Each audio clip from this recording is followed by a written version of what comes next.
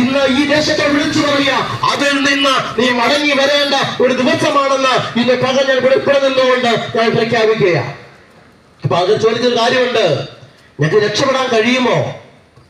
വർഷങ്ങളായി ഞാൻ ഇങ്ങനെ മദ്യത്തിന് കുടിച്ചുകൊണ്ടിരിക്കുന്നത് എന്റെ ജീവിതത്തിൽ മാറ്റം വരുത്താൻ കഴിയുമോ? അനേക ചോദ്യങ്ങൾ മുമ്പിൽ നിൽക്കുന്നുണ്ടായിരിക്കും.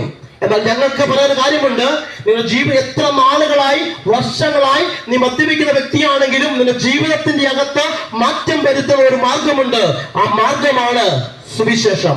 എന്തുകൊണ്ടാണ് സുവിശേഷം ഇങ്ങനെ പറയാനുള്ള കാരണം എന്ന് ചോദിച്ചാൽ, ഈ സുവിശേഷം ഏതു സ്ഥലത്തും ചങ്കുറപ്പോടെ പ്രസംഗിക്കാൻ കാരണം, ഞങ്ങളുടെ കൂടുതൽ നിൽക്കുന്ന ആ ദേവദാസന്റെ കയ്യിലോട്ട് ഈ മൈക്കൊക്കെ കൈമാറിയാൽ അവരും പറയും, ഒരു കാലത്ത് നാട്ടുകാർക്കും വീട്ടുകാർക്കൊക്കെ പാരയായിട്ട് ജീവിച്ച ഒരു കാലം ഞങ്ങൾക്കുണ്ട്.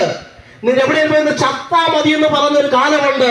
പക്ഷെ പോലീസുകാരൻ ലാത്തി ചാർജ് കൊണ്ടോ അവർ പറഞ്ഞ പെറ്റി കേസ് കൊണ്ടോ ഞങ്ങളുടെ ജീവിതത്തിന് മാറ്റം വന്നില്ല. ഞങ്ങളുടെ ജീവിതത്തിന് മാറ്റം വരുത്തിയ ഒറ്റ മാർഗമാണ് സുവിശേഷം. സുവിശേഷം എന്ന് പറഞ്ഞാൽ എന്താണ് പറയുന്നത്? സുവിശേഷം എന്ന് പറഞ്ഞാൽ സുവാർത്തയാണ്, ഒരു നല്ല വാർത്തയാണ്. ആ സുവിശേഷം ഒരു വ്യക്തിയാണ്, ആ വ്യക്തിയുടെ പേരാണ് കർത്താവായ യേശു ക്രിസ്തു.